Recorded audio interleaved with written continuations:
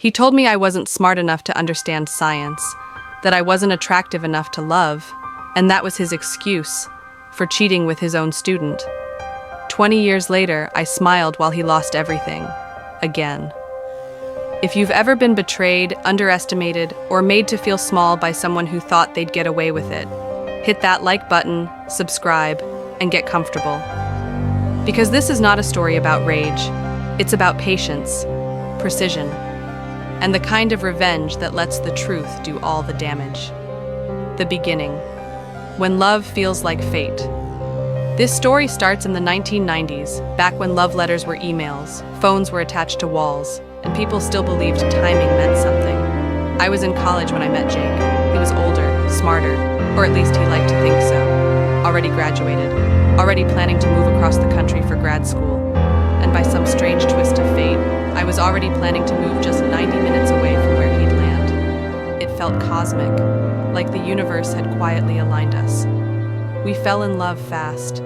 The kind of love where you finish each other's sentences, laugh at the same stupid jokes, and imagine futures without ever saying the word forever. He had siblings, 2 sisters and a younger brother, and they welcomed me instantly. I didn't feel like a girlfriend. I felt folded into the family, and that mattered, because later, that detail would matter more than anyone realized. The cracks appear. Jake was deep in an animal sciences PhD program. I was working full-time, so every weekend I drove 95 miles to see him. Money was tight. Romance meant taco dates, cheap wine, and sitting on the floor laughing while his animals rustled around us. He bred and sold small animals as part of his research. I loved it. I loved him.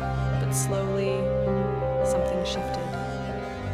One night we were lying in bed, warm, comfortable, vulnerable, and out of nowhere he said it. I'm having a harder time being attracted to you. I remember sitting there,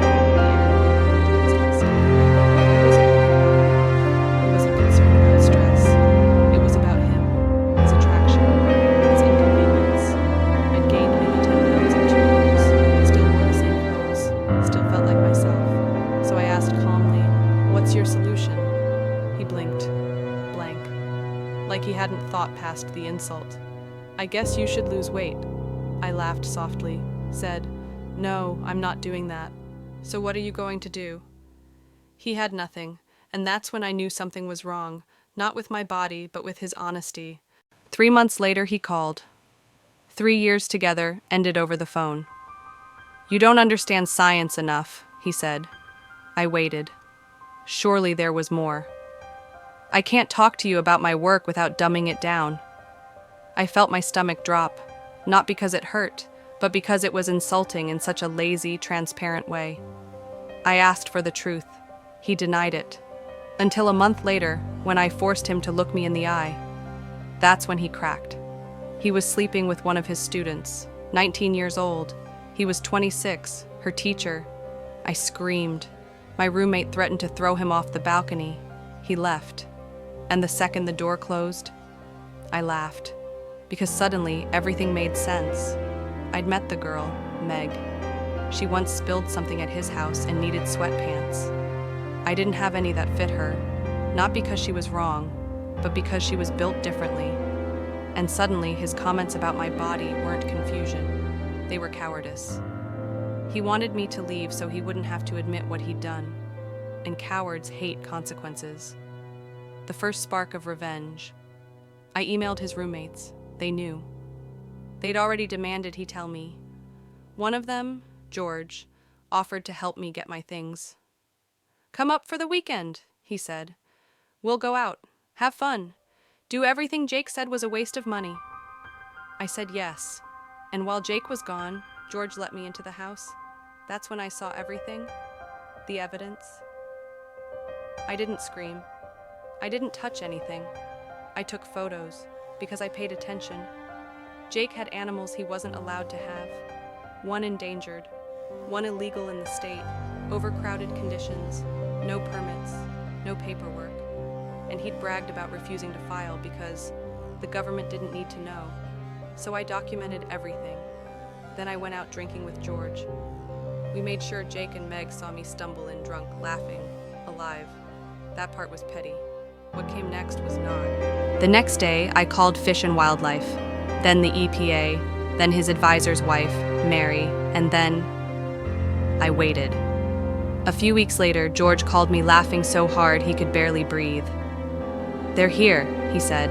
"They're taking everything. Animals confiscated, grants revoked, scholarship gone, teaching position terminated, $30,000 demanded back, $15,000 in fines, no future federal funding, no PhD, no reputation, all without me lying once. The long silence, I moved on, built a life, got a master's degree, ironically, helping scientists communicate with people like me, the too dumb for science crowd. Years passed. Jake married Meg, had kids, never told his parents the truth, until his sister did, at a bridal shower, with witnesses. 20 years later, fast forward 2 decades, I'm giving a lecture at a major university, 250 students, and I hear his voice. "Hey, long time no see."